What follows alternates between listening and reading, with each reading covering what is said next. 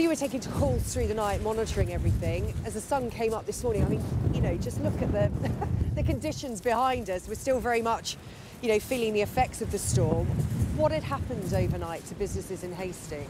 Well, fortunately, very little, except for wind damage, of course. Yeah. And yeah, at 6, 7 in the morning this morning, I had to call out the fire brigade because we had roof slates flying across the town centre. It was you know, potentially lethal, and yeah, fire brigade were on hand very quickly to cordon off parts of the centre so that yeah, people, you know, weren't going to get hurt. Just how prepared were you for this extreme weather that we're experiencing?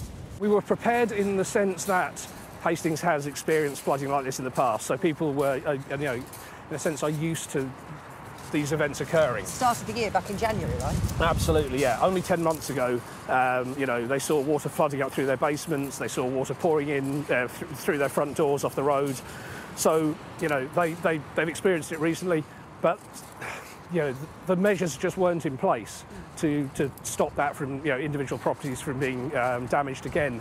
And that's when we had to sort of, you know, we saw what was potentially coming in this, you know, last night, and a huge multi-agency task force has got mobilised basically to get the plans in place that would, if we had been hit with heavy rain last night, hopefully have held the waters back. So what's been the effect on local businesses? Because after what happened during Storm Babette, some of them just didn't open their doors again this week because they saw Storm Ciaran coming.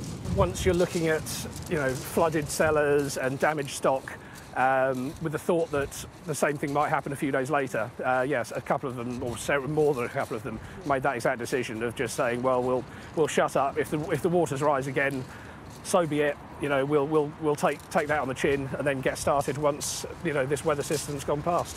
Do they feel like they're being supported enough by the local council, by the Environment Agency, not just in terms of warnings, but in terms of flood prevention? Like, what plans are in place?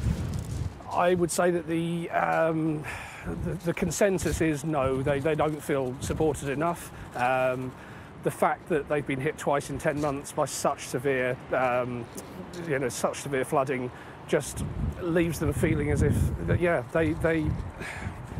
they're struggling on their own, and you know, they can't get, a lot of them can't get insurance.